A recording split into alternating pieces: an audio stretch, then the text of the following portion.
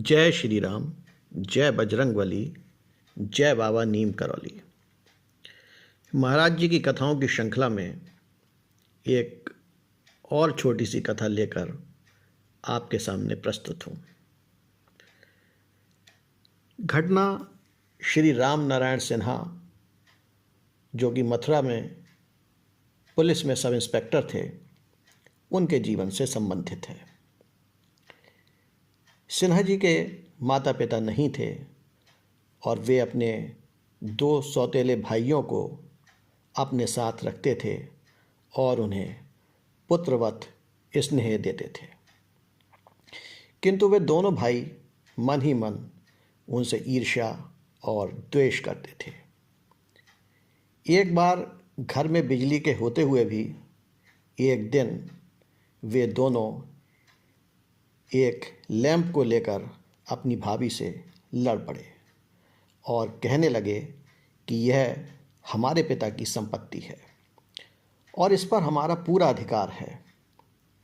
वह लैंप जिसके लिए लड़ाई हो रही थी, सिन्हा साहब के पिता को बहुत प्रिय था और इसी कारण सिन्हा साहब उनकी स्मृति के तौर पर इस लैंप को बहुत संभाल कर और सहेज कर रखते थे।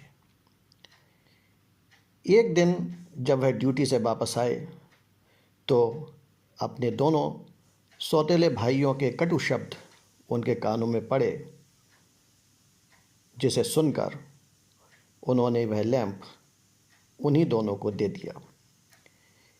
इसके तुरंत बाद ही अचानक महाराज जी का उनके घर में प्रवेश हुआ।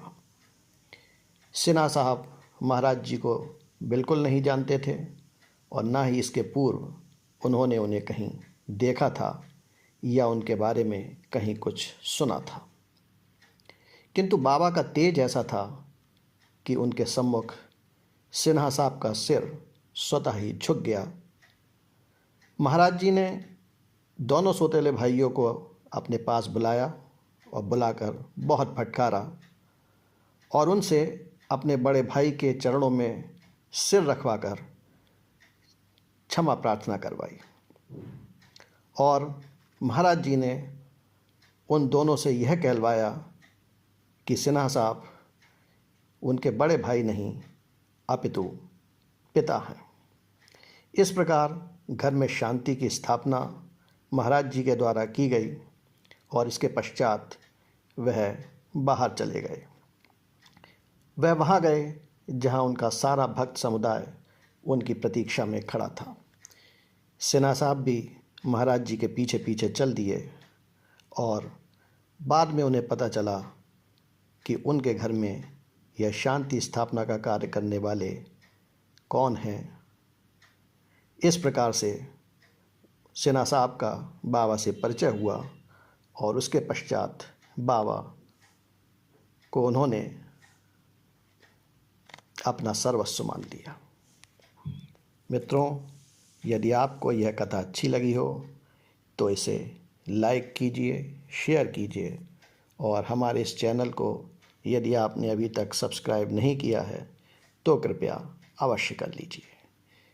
जय श्री राम, जय बजरंगबली, जय बाबा नीम करौली।